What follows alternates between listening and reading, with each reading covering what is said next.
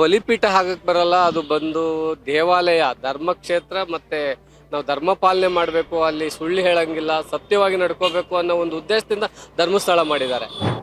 ಈಗ ಹೆಣಗಳು ನೋಡಿ ಮೇಡಮ್, ಈಗ ನಾವು ನೇರ ಅದು ಕಂಡೋರಿಲ್ಲ ಕೇಳೋರಿಲ್ಲ, ಅಲ್ಲಿರೋರಿಗೆ ಅದು ವಿಚಾರ ಗೊತ್ತಿರ್ತದೆ. ಇಲ್ಲಿಯವ್ರಿಗೇನು ಅಲ್ಲಿ ಏನೋ ಯಾರೋ ಏನೋ ಹೇಳಿರ್ತಾರೆ, ಟಿವಿನಲ್ಲಿ ನೋಡಿರ್ತೀವಿ, ಅದನ್ನ ಮಾತ್ರ ಗೊತ್ತಾಗುತ್ತೆ ನಮಗೆ. ಒಬ್ಬ ಅನಾಮಿಕ ವ್ಯಕ್ತಿ ಬಂದಿದ್ದಾನೆ ಅಂತ ಹೇಳ್ತಾ ಇದ್ದಾರೆ. ಆದ್ರೆ ಆ ವ್ಯಕ್ತಿ ಎಲ್ಲಿಂದ ಬಂದ, ಇಷ್ಟು ವರ್ಷ ಏನ್ ಮಾಡ್ತಾ ಇದ್ದ, ಅವನ್ನೆಲ್ಲ ಕೇಳ್ಬೇಕಲ್ವಾ. ನೇರವಾಗಿ ಬಂದ ಅವನೇನು ಹೇಳಿದ್ರಲ್ಲಿ ಸತ್ಯ ಇದೆಯಾ ಸುಳ್ಳು ಇದೆಯಾ ವಿಚಾರಣೆ ಎಲ್ಲ ನೇರವಾಗಿ ತಗೊಂಡೋಗಿ SIT ಕೊಟ್ಟಿದ್ದಾರೆ, ಸಂತೋಷ. ಬಟ್ ಅಲ್ಲಿ ಆಗಿರ್ತಕ್ಕಂಥ ಘಟನೆಗಳಿಗೆ ಯಾರೇ ತಪ್ಪಿತಸ್ಥರಾಗಿರ್ಲಿ ಅಲ್ಲಿ ಅದಕ್ಕೆ ನ್ಯಾಯಯುತವಾಗಿ ನ್ಯಾಯ ಸಿಗಬೇಕು. ಹಾಗಾಗಿ ನಾವ್ ಹೇಳೋದೇನು, ಈ ವಿಚಾರದಲ್ಲಿ ಯಾರೇ ತಪ್ಪಿತಸ್ಥ ಮಾಡಿರಲಿ, ಧರ್ಮದ ಸ್ಥಳದಲ್ಲಿ ಇವತ್ತು ಅಧರ್ಮ ನಡೀತಾ ಇದೆ, ಅನ್ಯಾಯ ನಡೀತಾ ಇದೆ ಅಂದ್ರೆ ಅದು ನಿಲ್ಬೇಕು. ಆ ಧಾರ್ಮಿಕ ಕ್ಷೇತ್ರ ಧಾರ್ಮಿಕವಾಗೇ ಉಳಿಬೇಕು ಅನ್ನೋದು ನಮ್ ಇದು ಮೇಡಮ್. ಇದು ಖಂಡನೀಯ. ಯಾಕಂತಂದ್ರೆ ಯಾವುದೇ ಹೆಣ್ಮಕ್ಳ ಮೇಲಾಗ್ಲಿ ಈ ವಿಚಾರಗಳು ಬಂದಾಗ ಬಹಳ ಖಂಡಿಸ್ಬೇಕಾಗತ್ತೆ. ಜೊತೆಗೆ ಇಂಥ ವಿಚಾರಗಳು ಬರಬಾರ್ದು ಕಣ್ಮುಂದೆ. ಯಾಕಂದ್ರೆ ನಮ್ಮ ಮನೆಗಳಲ್ಲೂ ಹೆಣ್ಮಕ್ಳಿದ್ದಾರೆ. ಯಾರೇ ಹೋಗ್ಲಿ ಆ ಕ್ಷೇತ್ರದಲ್ಲಿ ಹೆಣ್ಮಕ್ಳಿಗೆ ಏನ್ ಗೌರವ ಸಿಗಬೇಕು ಆ ಗೌರವ ಸಿಗಬೇಕಲ್ಲಿ. ಈಗ ಅದು ಇಷ್ಟು ವರ್ಷಗಳಿಂದನೇ ನ್ಯಾಯ ಸಿಕ್ಕಿಲ್ಲ, ಮುಂದೆ ಸಿಗುತ್ತೆ ಅನ್ನೋದು ನಮಗೂ ಕಷ್ಟ ಮೇಡಮ್.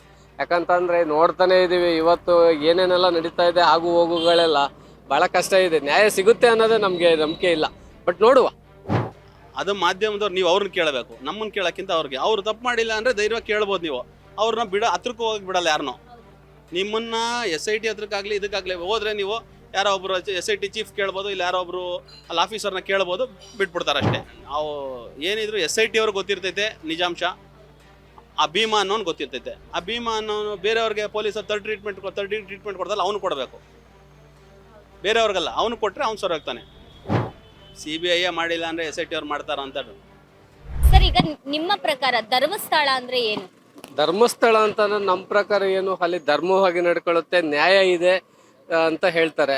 ಅದ್ರ ಬಿಟ್ರೆ ನಮಗೂ ಅಷ್ಟಾಗೇನು ಬೇರೆ ಏನಿಲ್ಲ. ಧರ್ಮ ಅಂತ ಧರ್ಮ ಪಾಲನೆ ಮಾಡಬೇಕು, ದೇವರ ಕ್ಷೇತ್ರ, ನ್ಯಾಯಯುತವಾಗಿ ಹೋಗಿದ್ ಬರಬೇಕು. ಅದಷ್ಟೇ ನಮಗೆ ಗೊತ್ತಿರೋದು ಧರ್ಮ ವಿಚಾರವಾಗಿ. ಬೇರೆ ಏನು ಮಾತಾಡಕ್ಕೆ ಇಷ್ಟ ಇಲ್ಲ. ಸೊ ಈಗ ಧರ್ಮಸ್ಥಳ ನಿಜವಾಗ್ಲೂ ಒಂದು ದೇವಾಲಯನ ಅಥವಾ ಬಲಿಪೀಠನ? ಅದು ಬಲಿಪೀಠ ಹಾಕಕ್ ಬರಲ್ಲ. ಅದು ಬಂದು ದೇವಾಲಯ, ಧರ್ಮಕ್ಷೇತ್ರ. ಮತ್ತೆ ನಾವು ಧರ್ಮ ಪಾಲನೆ ಮಾಡಬೇಕು, ಅಲ್ಲಿ ಸುಳ್ಳು ಹೇಳಂಗಿಲ್ಲ, ಸತ್ಯವಾಗಿ ನಡ್ಕೋಬೇಕು ಅನ್ನೋ ಒಂದು ಉದ್ದೇಶದಿಂದ ಧರ್ಮಸ್ಥಳ ಮಾಡಿದ್ದಾರೆ. ಹಾಗಾಗಿ ನಾವು ಧರ್ಮವನ್ನ ನೋಡ್ಬೇಕೆ ಹೊರತು ಬಲಿಪೀಠ ಹಾಕಕ್ಕೆ ಹೇಗೆ ಸಾಧ್ಯ? ಸೊ ಅಲ್ಲ, ಈಗ ಎಷ್ಟು ರಾಶಿಗಳು ಹೆಣ ಬಿಟ್ಟಿದೆ ಅಂತ ಹೇಳ್ತಾ ಇದ್ದಾರಲ್ಲ, ಅದರಿಂದ ಒಂದು ಈಗ ಹೆಣಗಳು ನೋಡಿ ಮೇಡಮ್, ಈಗ ನಾವು ನೇರ ಅದು ಕಂಡೋರಿಲ್ಲ ಕೇಳೋರಿಲ್ಲ, ಅಲ್ಲಿರೋರಿಗೆ ಅದು ವಿಚಾರ ಗೊತ್ತಿರ್ತದೆ. ಇಲ್ಲಿಯವ್ರಿಗೇನು ಅಲ್ಲಿ ಏನೋ ಯಾರೋ ಏನೋ ಹೇಳಿರ್ತಾರೆ, ಟಿವಿನಲ್ಲಿ ನೋಡಿರ್ತೀವಿ, ಅದನ್ನ ಮಾತ್ರ ಗೊತ್ತಾಗುತ್ತೆ ನಮಗೆ. ಈಗೇನು ಅಷ್ಟೊಂದು ಹೆಣಗಳು ಸಿಕ್ಕಿದೆ ಅಂತೇಳಿ ಈಗ SIT ರಚನೆ ಮಾಡಿದ್ದಾರೆ, ಯಾರೋ ಒಬ್ಬ ಅನಾಮಿಕ ವ್ಯಕ್ತಿ ಬಂದಿದ್ದಾನೆ ಅಂತ ಹೇಳ್ತಾ ಇದ್ದಾರೆ. ಆದ್ರೆ ಆ ವ್ಯಕ್ತಿ ಎಲ್ಲಿಂದ ಬಂದ, ಇಷ್ಟು ವರ್ಷ ಏನ್ ಮಾಡ್ತಾ ಇದ್ದ, ಅವನ್ನೆಲ್ಲ ಕೇಳ್ಬೇಕಲ್ವಾ. ನೇರವಾಗಿ ಬಂದ ಅವನೇನು ಹೇಳಿದ್ರಲ್ಲಿ ಸತ್ಯ ಇದೆಯಾ ಸುಳ್ಳು ಇದೆಯಾ ವಿಚಾರಣೆ ಎಲ್ಲ ನೇರವಾಗಿ ತಗೊಂಡೋಗಿ SIT ಕೊಟ್ಟಿದ್ದಾರೆ, ಸಂತೋಷ. ಬಟ್ ಅಲ್ಲಿ ಆಗಿರ್ತಕ್ಕಂಥ ಘಟನೆಗಳಿಗೆ ಯಾರೇ ತಪ್ಪಿತಸ್ಥರಾಗಿರ್ಲಿ ಅಲ್ಲಿ ಅದಕ್ಕೆ ನ್ಯಾಯಯುತವಾಗಿ ನ್ಯಾಯ ಸಿಗಬೇಕು. ನಾವು ಕೇಳ್ತಾ ಇದ್ವಿ, ಸುಮಾರು ವರ್ಷಗಳಿಂದ ಅನ್ಯಾಯ ನಡೀತಾ ಇದೆ, ಅಕ್ರಮ ನಡೀತಾ ಇದೆ, ಕೊಲೆಗಳಾಗ್ತಾ ಇದೆ, ಅತ್ಯಾಚಾರಗಳಾಗ್ತಾ ಇದೆ ಅಂತ ಹೇಳಿ ಯಾರು ಕೂಡ ಇಲ್ಲಿವರೆಗೂ ಬಾಯ್ ಬಿಟ್ಟಿರಲಿಲ್ಲ. ಯಾವುದೋ ಒಂದೆರಡು ಸಂಘಟನೆಯವರು ಹೇಳ್ತಾ ಇದ್ದಾರೆ, ಅದ್ರ ಪರವಾಗಿ ವಿರುದ್ಧವಾಗಿ ಹೋರಾಟ ಮಾಡ್ತಾನೆ ಇದ್ದಾರೆ, ಯಾರಿಗೂ ನ್ಯಾಯ ಸಿಕ್ಕಿಲ್ಲ. ಹಾಗಾಗಿ ನಾವ್ ಹೇಳೋದೇನು, ಈ ವಿಚಾರದಲ್ಲಿ ಯಾರೇ ತಪ್ಪಿತಸ್ಥ ಮಾಡಿರಲಿ, ಧರ್ಮದ ಸ್ಥಳದಲ್ಲಿ ಇವತ್ತು ಅಧರ್ಮ ನಡೀತಾ ಇದೆ, ಅನ್ಯಾಯ ನಡೀತಾ ಇದೆ ಅಂದ್ರೆ ಅದು ನಿಲ್ಬೇಕು. ಆ ಧಾರ್ಮಿಕ ಕ್ಷೇತ್ರ ಧಾರ್ಮಿಕವಾಗೇ ಉಳಿಬೇಕು ಅನ್ನೋದು ನಮ್ ಇದು ಮೇಡಮ್. ಸೊ ಈಗ ಧರ್ಮಸ್ಥಳದಲ್ಲಿ ಮರಣ ಹೋಮ ಆಗ್ತದೆ ಹೆಣ್ಮಕ್ಳ ಮೇಲೆ, ಏನ್ ಹೇಳ್ತೀರಾ? ಇದು ಖಂಡನೀಯ. ಯಾಕಂತಂದ್ರೆ ಯಾವುದೇ ಹೆಣ್ಮಕ್ಳ ಮೇಲಾಗ್ಲಿ ಈ ವಿಚಾರಗಳು ಬಂದಾಗ ಬಹಳ ಖಂಡಿಸ್ಬೇಕಾಗತ್ತೆ. ಜೊತೆಗೆ ಇಂಥ ವಿಚಾರಗಳು ಬರಬಾರ್ದು ಕಣ್ಮುಂದೆ. ಯಾಕಂದ್ರೆ ನಮ್ಮ ಮನೆಗಳಲ್ಲೂ ಹೆಣ್ಮಕ್ಳಿದ್ದಾರೆ. ಯಾರೇ ಹೋಗ್ಲಿ ಆ ಕ್ಷೇತ್ರದಲ್ಲಿ ಹೆಣ್ಮಕ್ಳಿಗೆ ಏನ್ ಗೌರವ ಸಿಗಬೇಕು ಆ ಗೌರವ ಸಿಗಬೇಕಲ್ಲಿ. ಅದು ಸಿಗ್ತಾ ಇಲ್ಲ ಅಂದಾಗ ನಾವು ಅದನ್ನ ಖಂಡನೆ ಮಾಡ್ಬೇಕು, ಹೋರಾಟನೂ ಕೂಡ ಮಾಡ್ಬೇಕಾಗತ್ತೆ. ತಲೆ ಬುಡ ಗೊತ್ತಿಲ್ಲದೆ ಇರೋರಿಗೆ ಈಗ ಸೌಜನ್ಯ ಕೇಸಲ್ಲಿ ನ್ಯಾಯ ಕೊಡಿಸ್ತಾರ ಅನ್ನುವಂಥದ್ದು? ಈಗ ಅದು ಇಷ್ಟು ವರ್ಷಗಳಿಂದನೇ ನ್ಯಾಯ ಸಿಕ್ಕಿಲ್ಲ, ಮುಂದೆ ಸಿಗುತ್ತೆ ಅನ್ನೋದು ನಮಗೂ ಕಷ್ಟ ಮೇಡಮ್. ಯಾಕಂತಂದ್ರೆ ನೋಡ್ತಾನೆ ಇದೀವಿ ಇವತ್ತು ಏನೇನೆಲ್ಲ ನಡೀತಾ ಇದೆ, ಆಗು ಹೋಗುಗಳೆಲ್ಲ ಬಹಳ ಕಷ್ಟ ಇದೆ. ನ್ಯಾಯ ಸಿಗುತ್ತೆ ಅನ್ನೋದೇ ನಮ್ಗೆ ನಂಬಿಕೆ ಇಲ್ಲ. ಬಟ್ ನೋಡುವ. ಅದು ಧರ್ಮಸ್ಥಳದಲ್ಲಿ ಧರ್ಮ ಇದ್ರೆ ಆ ಮಂಜುನಾಥನೇ ಅದಕ್ಕೆ ಒಂದು ನ್ಯಾಯ ಸಿಗೋಂಗ್ ಮಾಡ್ತಾನೆ. ಕೆಲಸ ಕಾರ್ಯ ಇಲ್ದಿರೋರು ಸೌಜನ್ಯ ಹೆಸರಲ್ಲಿ ದುಡ್ಡು ಮಾಡ್ತಾ ಇರೋದು ಎಷ್ಟರ ಮಟ್ಟಿಗೆ ಸರಿ ಅನ್ಸ್ತಾ ಇದೆ ಸರ್? ಇದು ನಮಗ್ ಗೊತ್ತಿಲ್ಲದ ವಿಚಾರ. ಅದು ದುಡ್ಡು ಮಾಡ್ತಿದಾರೋ ಬಿಡ್ತಿದಾರೋ ಗೊತ್ತಿಲ್ಲ. ಬಟ್ ಆ ಹುಡುಗಿಗೆ ನ್ಯಾಯ ಸಿಗಬೇಕು. ಬಟ್ ಆ ಹುಡುಗಿಗಂತೂ ಕೊಡ್ಸಕ್ಕಾಗಲ್ಲ. ಅಟ್ಲೀಸ್ಟ್ ತಂದೆ ತಾಯಿಗಳಿದ್ದಾರೆ, ಅವ್ರಿಗಾದ್ರೂ ಒಂದು ಸಮಾಧಾನ ಸಿಗ್ಬೇಕಲ್ಲ, ಅದನ್ನ ಎಕ್ಸ್ಪೆಕ್ಟ್ ಮಾಡ್ತೀವಿ. ಈಗ ಧರ್ಮಸ್ಥಳ ಧರ್ಮಾಧಿಕಾರಿಗಳು ಮತ್ತೆ SIT ಅವರು ಯಾಕೆ ಮೀಡಿಯಾ ಮಾಧ್ಯಮದವ್ರ ಮುಂದೆ ಬರ್ತಾ ಇಲ್ಲ ಅನ್ನುವಂಥದ್ದು? ಈಗ ಯಾಕಂತಂದ್ರೆ ಧರ್ಮಸ್ಥಳ ಒಂದು ಕ್ಷೇತ್ರದ ಅದು ಧರ್ಮ ಪಾಲನೆ ಒಂದು ಕ್ಷೇತ್ರವಾಗಿ ಉಳಿದಿದೆ. ಅದರಿಂದ ಏನಾಗುತ್ತೆ, ಹೇಳಿಕೆ ಕೊಡೋದ್ರಿಂದ ನಾನಾ ಥರ ವಿಚಾರಗಳು ಉಟ್ಕೊಳ್ಳುತ್ತೆ. ಇದು ಎಲ್ರ ಗಮನಕ್ಕೂ ಗೊತ್ತಿರೋಂಥದ್ದು. ಹಾಗಾಗಿ ಅವರು ಕೂಡ ಮಾತಾಡದೇ ಇರ್ಬೋದು, ಮುಂದಿನ ದಿನಗಳಲ್ಲಿ ಮಾತಾಡ್ತಾರೆ ಅನ್ನೋ ವಿಶ್ವಾಸ ನಮಗಿದೆ. ಸೊ ಈಗ ಧರ್ಮಸ್ಥಳ ಧರ್ಮಾಧಿಕಾರಿಗಳು ರಾಜಕಾರಣಿಗಳು ಅಂದ್ರೆ ಇವರು ಋಣದಲ್ಲಿದ್ದಾರಾ ಅನ್ನುವಂಥದ್ದು. ಈಗ ನಾವು ಹೇಳೋದು, ಧರ್ಮ ಪಾಲನೆ ಮಾಡ್ತಕ್ಕಂಥ ಒಬ್ಬ ಧರ್ಮಾಧಿಕಾರಿಗಳು ರಾಜಕೀಯಕ್ಕೆ ಬರ್ದೇ ಇರ್ತಕ್ಕಂಥದ್ದು ಸೂಕ್ತ. ಈಗ ಆಲ್ರೆಡಿ ಬಂದಿದ್ದಾರೆ. ಇದ್ರ ಬಗ್ಗೆನೂ ನಮಗೂ ಒಂದು ಬೇಸರ ಇದೆ ಎಲ್ಲೋ ಒಂದು ಕಡೆ. ಯಾಕಂತಂದ್ರೆ ಧರ್ಮವನ್ನು ನಡೆಸ್ಕೊಂಡು ಅಷ್ಟು ದೊಡ್ಡ ಕ್ಷೇತ್ರವನ್ನು ಇಲ್ಲಿಂದ ಎಲ್ಲಿವರೆಗೂ ತಗೊಂಡ್ಬಂದಿದ್ದಾರೆ. ಈಗ ಅವರು ರಾಜಕಾರಣಕ್ಕೆ ಬಂದು ಈ ರಾಜಕಾರಣ ಮಾಡೋಂಥದ್ದು ನಮಗೂ ಸೂಕ್ತ ಅಲ್ಲ. ಆದರೂ ಕೂಡ ಧರ್ಮಾಧಿಕಾರಿಗಳು ಒಂದು ನ್ಯಾಯಯುತವಾಗಿ ನಡ್ಕೊಂಡಿದ್ದಾರೆ. ನಾವು ಕಣ್ಣು ಮುಂದೆನೂ ನ್ಯಾಯ ಇರಲಿ ಅಂತ ಕೇಳ್ತೀವಿ. ಸೌಜನ್ಯ ಕೇಸ್ನಲ್ಲಿ ದಿಕ್ಕು ತಪ್ಪಿಸ್ತಾ ಇದ್ದಾರಾ SIT ಅವರು ಅನ್ನುವಂಥದ್ದು? ನಾವು ಮೇಡಮ್ ಅದ್ರ ಬಗ್ಗೆ ಈಗ ತನಿಖೆ ನಡೀತಾ ಇದೆ. ತನಿಖೆ ನಡೆಸಲಿ. ಯಾಕಂದ್ರೆ ಸರ್ಕಾರ ಇದೆ, ಅದಕ್ಕೆಲ್ಲ ದೊಡ್ಡ ದೊಡ್ಡ ಅಧಿಕಾರಿಗಳಿದ್ದಾರೆ, ಒಳ್ಳೆ ಸಫಿಷಿಯೆಂಟ್ ಆಫೀಸರ್ನ ನೇಮಕಾತಿ ಮಾಡಿದಾರಲ್ಲ, ಮಾಡ್ತಾರೆ. ಈಗ SIT ತನಿಖೆಯಲ್ಲಿ ನಿಜವಾಗ್ಲೂ ಅಸ್ಥಿ ಪಂಜರಗಳು ಸಿಕ್ಕಿದ್ಯಾ ಅನ್ನುವಂಥದ್ದು. ಯಾಕಂದ್ರೆ ಈಗ ಭೀಮಾ ಅನ್ನೋ ಹೆಸರಲ್ಲಿ ಬಂದಿರೋರು ಅವರಲ್ಲ ಅಂತ ಒಂದಷ್ಟು ಜನಗಳಿಗೆ ಒಂದು ಕುತೂಹಲ ಬರ್ತಾ ಇದೆ. ಏನ್ ಹೇಳ್ತೀರಾ ಇದ್ರ ಬಗ್ಗೆ? ಇರಬಹುದು. ಯಾಕಂತಂದ್ರೆ ಅವರಿಗೆ ಈಗೇನು ಮಾಸ್ಕ್ ಹಾಕೊಂಡು ಅದು ಕರ್ಕೊಂಡು ಬಂದಿರ್ತಾರೆ. ಮೊದಲ ಆ ವ್ಯಕ್ತಿನಿಗೆ ಯಾರು ನೋಡಿರ್ತಕ್ಕಂಥವ್ರು ಯಾರು ಇಲ್ಲ. ಈಗ ಮೀಡಿಯಾದಲ್ಲೂ ತೋರಿಸಿಲ್ಲ, ನಾವು ಕೂಡ ಎಲ್ಲೂ ಕಣ್ಣಲ್ಲಿ ನೋಡಿಲ್ಲ. ಹಾಗಾಗಿ ಒಂದು ಉದ್ಭವ ಹಾಗೆ ಆಗುತ್ತೆ. ಯಾಕಂದ್ರೆ ಈಗ ಒಂದು ಒಳ್ಳೇದು ಅಂದಾಗ ಒಂದು ಕೆಟ್ಟದ್ದಿದ್ದೇ ಇರ್ತದೆ. ಹಾಗಾಗಿ ಯೋಚನೆ ಮಾಡೋರು ಆ ರೀತಿ ಇರ್ತಾರೆ. ಅದು SIT ಅವ್ರು ಹೇಳ್ಬೇಕು. ಹಾಗಾದ್ರೆ ಆ ಅನಾಮಿಕ ವ್ಯಕ್ತಿ ಯಾರು ಅನ್ನುವಂಥದ್ದು ಅದು ನಮಗೂ ಗೊತ್ತಿಲ್ಲ. ಅಲ್ಲಿ ಏನೋ ಕೆಲಸ ಮಾಡ್ತಿದ್ರು ಈ ವರ್ಷಗಳಿಂದ ಅಂತ ಕೇಳ್ಪಟ್ಟಿದೀವಿ ಹೊರತು ನಾವು ಕೂಡ ಅದ್ರ ಬಗ್ಗೆ ನಮ್ಗೆ ನೆಚ್ಚಿನ ವಿಚಾರ ಇಲ್ಲ. ಸೊ ಈಗ ಸೌಜನ್ಯ ಕೇಸ್ನಲ್ಲೇ ದಿಕ್ಕು ತಪ್ಪಿಸಲು ಕರೆ ತಂದ್ರ ಬೀದಿಯಲ್ಲಿರೋ ದಾಸಾಯನ ಅಂತ. ಸೌಜನ್ಯ ಕೇಸಲ್ಲಿ ದಿಕ್ಕು ತಪ್ಪಿಸೋದಕ್ಕೆ ಅವ್ರನ್ನೇ ಸತತ ಕರೆ ತಂದಿದ್ದಾರಾ ಅನ್ನುವಂಥದ್ದು. ಅದ್ರ ಬಗ್ಗೆ ನಮಗ್ ಮಾಹಿತಿ ಇಲ್ಲ. ನಾವು ಮೀಡಿಯಾದಲ್ಲಿ ನೋಡ್ತಕ್ಕಂಥದ್ದು, ಪೇಪರ್ ಅಲ್ಲೂ ನೋಡ್ತಕ್ಕಂಥದ್ದು. ಅದ್ರ ಬಗ್ಗೆ ವಿಚಾರ SIT ಅವರೇ ಹೇಳ್ಬೇಕು. ಕೊನೆದಾಗಿ ಏನ್ ಹೇಳ್ತೀವಿ, ಧರ್ಮಸ್ಥಳ ಕ್ಷೇತ್ರ ನಾವು ಪುಣ್ಯ ಕ್ಷೇತ್ರ, ನಾವು ಹೋಗ್ತಾ ಇರ್ತೀವಿ. ಹಾಗಾಗಿ ಅಲ್ಲಿ ಧರ್ಮ ಉಳಿಬೇಕು. ಆ ಮಂಜುನಾಥನೇ ಇದಕ್ಕೆಲ್ಲ ಒಂದು ನ್ಯಾಯ ದೊರಕಿಸ್ಕೊಡ್ಬೇಕು ಅನ್ನೋದು ನಮ್ಮ ಉದ್ದೇಶ. Okay, thank you. ಧರ್ಮಸ್ಥಳ ಧರ್ಮ ಅಧಿಕಾರಿಗಳು ಮತ್ತೆ SIT ಅವರು ಯಾವುದೇ ಮಾಧ್ಯಮದ ಮುಂದೆ ಬಂದು ಮಾತಾಡ್ತಾ ಇಲ್ಲ ಅನ್ನುವಂಥದ್ದು. ಅದು ಮಾಧ್ಯಮದವ್ರು ನೀವು ಅವ್ರನ್ನ ಕೇಳಬೇಕು, ನಮ್ಮನ್ನ ಕೇಳಕ್ಕಿಂತ ಅವ್ರಿಗೆ. ಅವ್ರು ತಪ್ಪು ಮಾಡಿಲ್ಲ ಅಂದ್ರೆ ಧೈರ್ಯವಾಗಿ ಕೇಳ್ಬೋದು ನೀವು. ಅವ್ರನ್ನ ಹತ್ರಕ್ಕೆ ಹೋಗಿ ಬಿಡಲ್ಲ ಯಾರನ್ನೋ.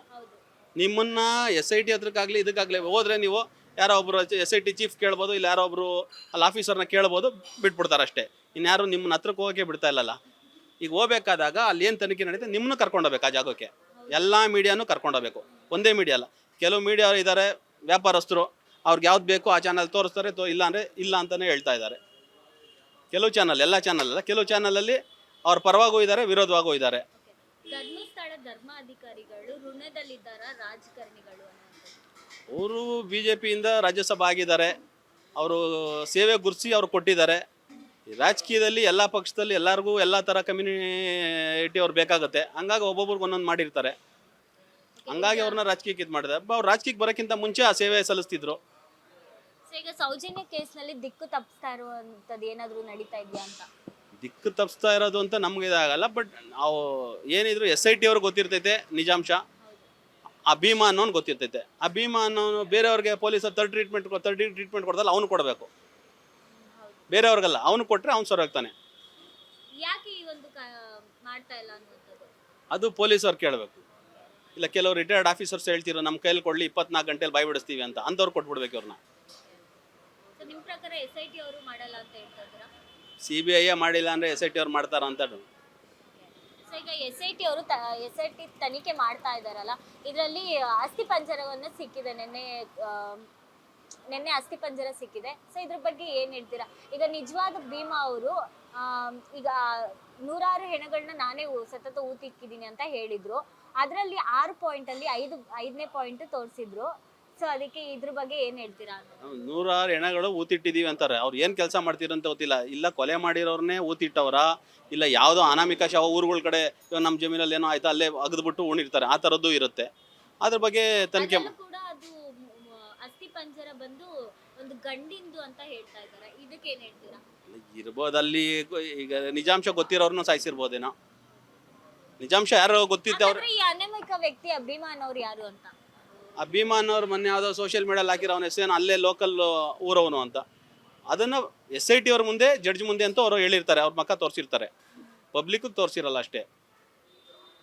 ಸೊ ಈಗ ನಿಮ್ಮ ಪ್ರಕಾರ ನಿಜವಾದ ಭೀಮಾ ಅವರೇನಾ ಅಥವಾ ಬೇರೆ ಭೀಮಾ ಅಲ್ಲ, ಬೇರೆ ಏನೋ ಅಂತ ಇದ್ದಾರೆ. ಆದ್ರೆ ಭೀಮಾ ಅಲ್ಲ, ಇವ್ರು ಇಟ್ಟಿರೋದು ಭೀಮಾ ಅಂತ ಅವನ ಹೆಸರು. ಅವನ ಹೆಸರು ನಿಜವಾದ ಹೆಸರು ಭೀಮಾ ಅಲ್ಲಂತೆ. ಈಗ ಒಂದು 2-3 ದಿನದಿಂದ ಯಾರೋ ಹೇಳ್ತಿದ್ರು ಅವ್ರ ಹೆಸರು ಭೀಮಾ ಅಲ್ಲ, ಅವ್ರ ಹೆಸರು ಬೇರೆ ಏನೋ ಇದೆ, ಇಂಥ ಊರವ್ರೆ, ತನಿಖೆಗೆ ಇಲ್ಲ ಏನೋ ತೊಂದರೆ ಆಗುತ್ತೆ ಅನ್ನೋ ಕಾರಣಕ್ಕೆ ಇದು ಮಾಡ್ತಾ ಇದ್ದಾರೆ ಅಂತ. ಇಲ್ಲ ಅವ್ರು ರಕ್ಷಣೆ ಕೊಟ್ಬಿಟ್ಟು ಆ ಊರಲ್ಲಿ ಬೇಡ, ಆ ಬೆಂಗಳೂರಲ್ಲಿ ಎಲ್ಲಾನ ಯಾವ್ದಾನ ಇದರಲ್ಲಿ ಅವ್ರಿಗೆ ರಕ್ಷಣೆ ಕೊಡ್ಬೋದು, ಅಲ್ಲೇ ಇಡಬೇಕು ಅಂತ. ಆದ್ರೆ ಯಾಕೆ ಸರ್ ಈ ಭೀಮಾ ಅನ್ನೋರಿಗೆ ಮಾಸ್ಕ್ ಧರಿಸಿರುವಂತದ್ದು ಅಂತ? ಮಾಸ್ಕ್ ಧರಿಸಿದ್ರೆ ಈಗ ಎಲ್ಲ ಯಾವುದೇ ಕೋರ್ಟಲ್ಲಿ ಹೋದ್ರು ಇದೇ ಥರ, ಯಾರನ್ನ ಸಾಕ್ಷಿ ಹೇಳ್ತಾರೆ ಅಂದರೆ ಕೇಳ್ತಾರೆ, ಇಲ್ಲ ಮಾಸ್ಕ್ ಹಾಕ್ಕೊಂಡೇ ಹೇಳ್ಬೋದು. ಅದೇನು ಅವ್ರಿಗೆ ಜೀವ ಪಬ್ಲಿಕ್ ಹೆಂಗ್ ಗೊತ್ತಾಗುತ್ತೆ ಸರ್ ಅವರು ಭೀಮಾನ ಅಥವಾ ಬೇರೆ ಯಾರಾದ್ರೂ ತಗೊಂಡ್ ಬಂದು ಈ ರೀತಿ ಮಾಡ್ತಾ ಇದ್ದಾರಾ? ನಮಗೆ ತೋರಿಸ್ತಾ ಇಲ್ಲ ಅವರು. ಹೌದು, SIT ಮುಂದೆ ಇರುತ್ತೆ. ತೋರಿಸ್ಬೇಕಾಗಿರೋದು ಯಾರಿಗೆ? ಈಗ ನ್ಯಾಯಾಧೀಶರಿಗೆ ತೋರಿಸಿರ್ತಾರೆ, ನ್ಯಾಯಾಧೀಶರಿಗೆ ಹೇಳಿರ್ತಾರೆ, ಆಮೇಲೆ ತನಿಖೆಗೆ ಆದೇಶ ಮಾಡಿರ್ತಾರೆ. ಸುಮ್ಮನೆ ಯಾರೋ ಹೋಗ್ಬಿಟ್ಟು ನಾನು ಸ್ವಾಮಿ ನಾನು ಊತಿಟ್ಟಿದ್ದೀನಿ ಅಂದರೆ ಮಾಡಲ್ಲ. ಇವರು ಪರ್ಟಿಕ್ಯುಲರ್ ಇಂಥ ಕಡೆ ಮಾಡಿದ್ದೀನಿ ಅಂತ ಹೇಳಿರೋದಕ್ಕೆ ಊತಿಟ್ಟಿದ್ದೀನಿ ಅಂತ ಹೇಳಿರೋದಕ್ಕೆ ತನಿಖೆ ಮಾಡಕ್ಕೆ ಹೇಳಿದ್ದಾರೆ. ಇವರು ಊತಿಟ್ಟಿದ್ದೀನಿ ಅಂದಿರೋದು ತನಿಖೆ ಮಾಡಕ್ಕೆ ಹೇಳಿದ್ದಾರೆ, ಇಲ್ಲಾಂದ್ರೆ ಸುಮ್ಮನೆ ಹೇಳ್ತಾ ಇರಲಿಲ್ಲ ಅಲ್ವಾ.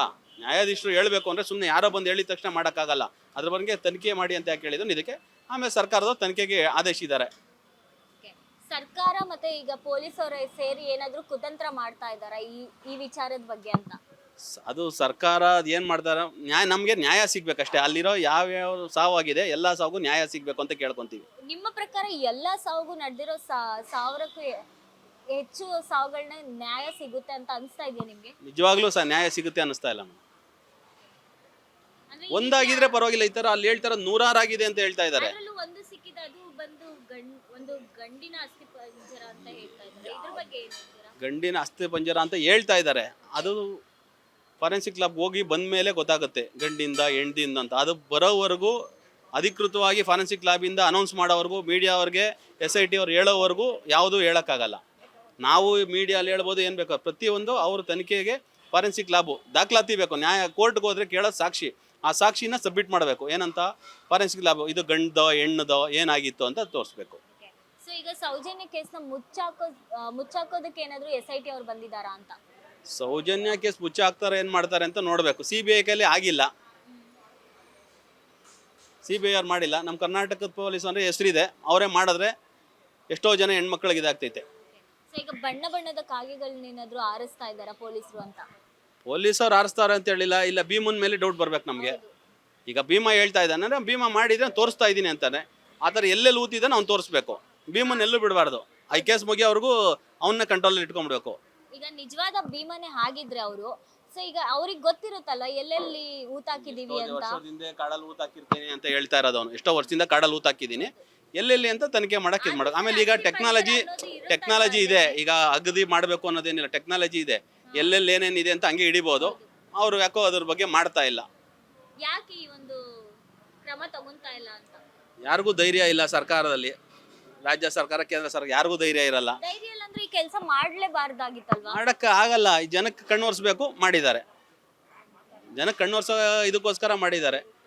ನ್ಯಾಯ ಸಿಗ್ಲಿ ಅಂತ ಕೇಳ್ಕೊಂತೀವಿ ನಾವು ಅಷ್ಟೇ, ಇನ್ನೇನು ಇದು ಮಾಡೋಕ್ಕಾಗಲ್ಲ. ಹೆಣ್ಮಕ್ಳು ಅಲ್ಲಿ ಹೆಣ್ಮಕ್ಳು ಅಲ್ಲ, ಯಾರೇ ಜೀವ ಹೋಗಿದ್ರು ಅದ್ರ ಬಗ್ಗೆ ತನಿಖೆ ಆಗಲಿ, ನ್ಯಾಯ ಕೊಡಿಸಿ ಅಂತ ಕೇಳೋದು. ಸೊ ಈ ರೀತಿ ಅಂದ್ರೆ ಧರ್ಮಸ್ಥಳ ಒಂದೇ ಕ್ಷೇತ್ರದಲ್ಲಿ ನಡೆದಿಲ್ಲ ಈ ರೀತಿ, ಈ ರಾಜ್ಯದಲ್ಲಿ ಎಷ್ಟೋ ಕಡೆ ಚರ್ಚಲ್ಲೂ ಆಗಿದೆ, ಮಸೀದಿಲೂ ಆಗಿದೆ, ಎಲ್ಲಾ ಕಡೆನೂ ಆಗಿದೆ. ಇಲ್ಲಿ ಧರ್ಮ ಅಂತ ಒಂದು ತೆಗಿತಾರೆ. ಈ ತರ ಎಷ್ಟೋ ಕೇಸಸ್ ಆಗಿದೆ.